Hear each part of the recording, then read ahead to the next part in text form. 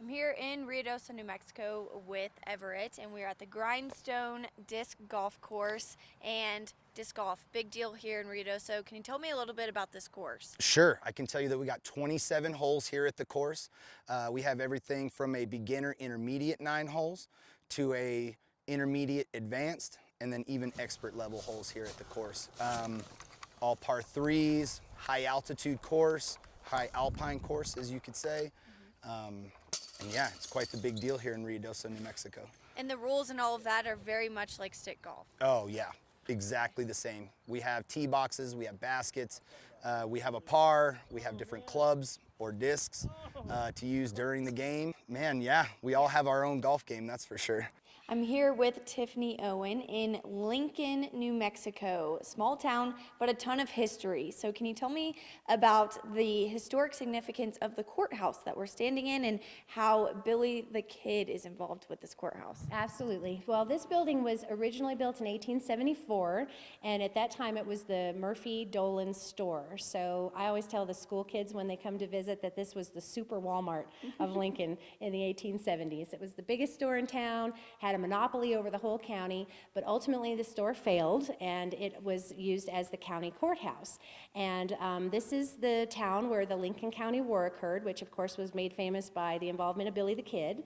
And so Billy the Kid was indicted for the murder of Sheriff Brady. When visitors come to Lincoln, we're the most visited historic site in the state of New Mexico. We usually get about 60,000 visitors a year. And when visitors come and they purchase a ticket, they basically get access to anywhere between 7 to 10 of our museums, which are all original buildings that were here at the time of Billy the Kid. If he were to show up here and walk through the town, he would know exactly where he is because it's basically the same as it was. I'm here in Rio Doce, New Mexico with Justin, and a lot of people think Rio Doce, we've got the skiing, obviously winter time, but tons of summer activities to do here. So we're at Grindstone Lake. What's going to be happening here this summer? Absolutely. So Grindstone Lake, literally 5 minutes from our Midtown district. It's funny because a lot of people don't even know this lake exists until they come here for the first time and see what a beautiful landscape it is. There's obviously wildlife coming out here too. We saw deer coming up. So much fun things to see. Absolutely. I mean, as we were pulling in, there was a nice little herd of deer there. I saw some turkey vultures. You'll see osprey out here. As a matter of fact, there's one in the background flying around as we speak. It's just a really beautiful environment to come and hang out, and it's relatively low impact. It doesn't cost a lot. It's not going to take a lot out of your pocket. I'm in New Mexico with Jeff True at the Ruidoso Downs racetrack. So can you tell me a little bit about what y'all are known for here? Sure, Meredith. Ruidoso Downs is a racetrack here in the mountains of New Mexico, a 70-year-old sporting facility. We're mostly known for the All-American Futurity, a $3 million quarter horse race we run on Labor Day each year. Okay, and 2017, y'all have started some renovations, so what's new here? The new ownership group acquired the racetrack in 17, and we've been investing in the infrastructure primarily. We put a lot of work into the building, the network, the casino floor, machines, etc. This year we've done a little bit more with the decor.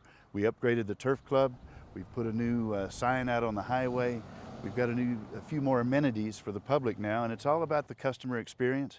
We're trying to improve that customer experience for what is a historic facility. But for probably 100 years, folks have been coming from the low desert up here to the mountains. If it's 110 in Lubbock or Albuquerque, it could be 75 here in Ruidoso. I'm at the Hurd Gallery in New Mexico with Michael Hurd, and you are a third-generation artist.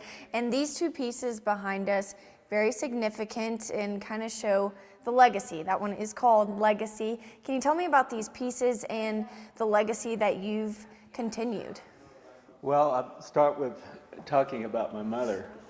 I was 1.5 years old, and she bribed me heavily to pose for this painting here. If you just open your mind up, forget about all your problems, issues, worries, whatever, and just enjoy things. Let pain become part of the process as well as joy. Mm-hmm. Then it really starts to work. If someone's never been out here before, why would you encourage them to come check it out and meet you and learn about all these things? The setting is just kind of perfect. Mm-hmm. My father chose this place years and years ago in the 30s because the old timers told him that the stream here never went dry.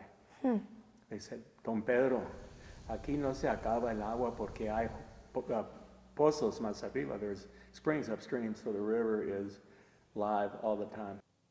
I'm at the Hondo Iris Farm with Chris in New Mexico. So can you tell me a little bit about this place and the magical experience here?